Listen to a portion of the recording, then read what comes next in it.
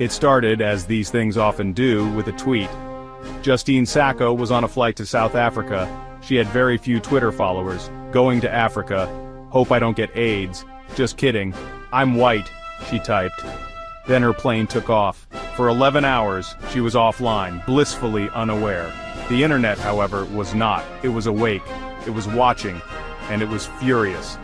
By the time she landed, her life had been comprehensively dismantled by strangers. This is cancel culture, or one face of it.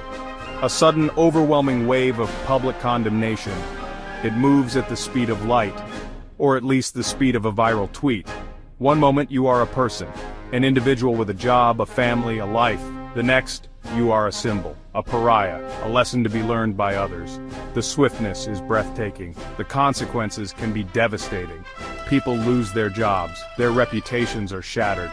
Their sense of self can crumble under the weight of global disapproval. Is this new? Public shaming certainly isn't. Think of the stocks in the village square, the scarlet letter. Humans have always found ways to police social norms, but the internet has changed the scale, it has changed the reach, it has changed the permanence. It wasn't always called cancel culture, not at first. The term itself is relatively new, but the underlying idea, the desire to hold power to account, that's an old story. Think about boycotts, consumers refusing to buy products from companies with unethical practices. That was a form of canceling. It was a way for ordinary people to exert pressure, to demand change from those who seemed untouchable. It was about collective action. It was about making a statement. In the black community in America, the idea of canceling someone, often a celebrity, for problematic behavior or statements, has roots. It was a way of saying, you do not represent us. Your actions are harmful. This was often discussed within the community. It was a form of internal policing, a way to uphold certain standards. It wasn't necessarily about total public destruction. It was more about withdrawing support, about saying, we're done with you. For a time, at least. Then came the early internet.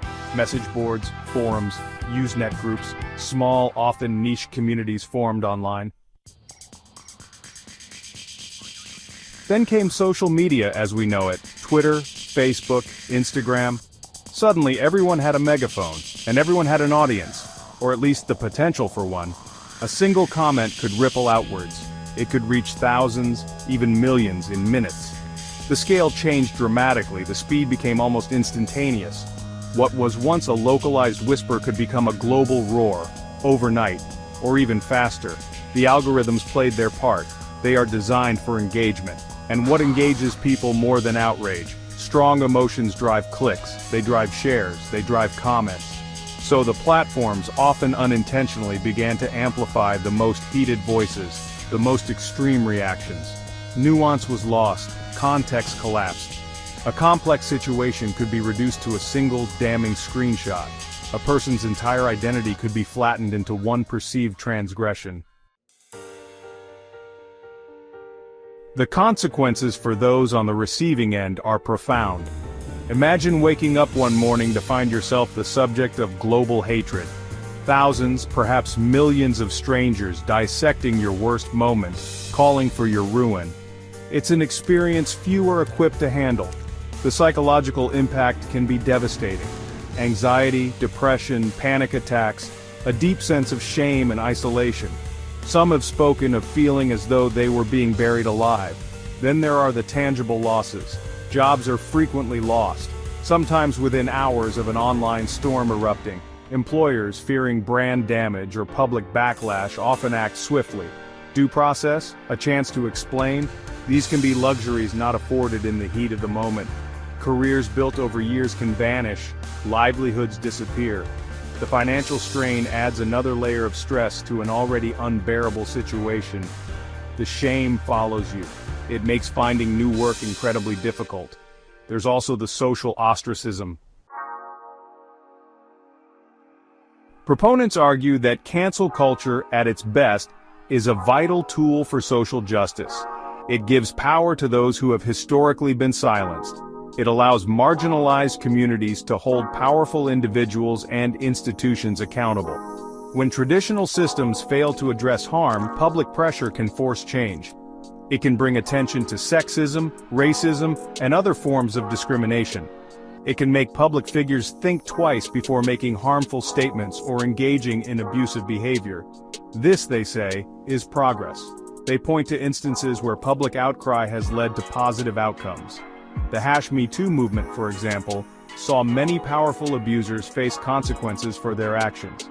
Actions that had been ignored or covered up for years.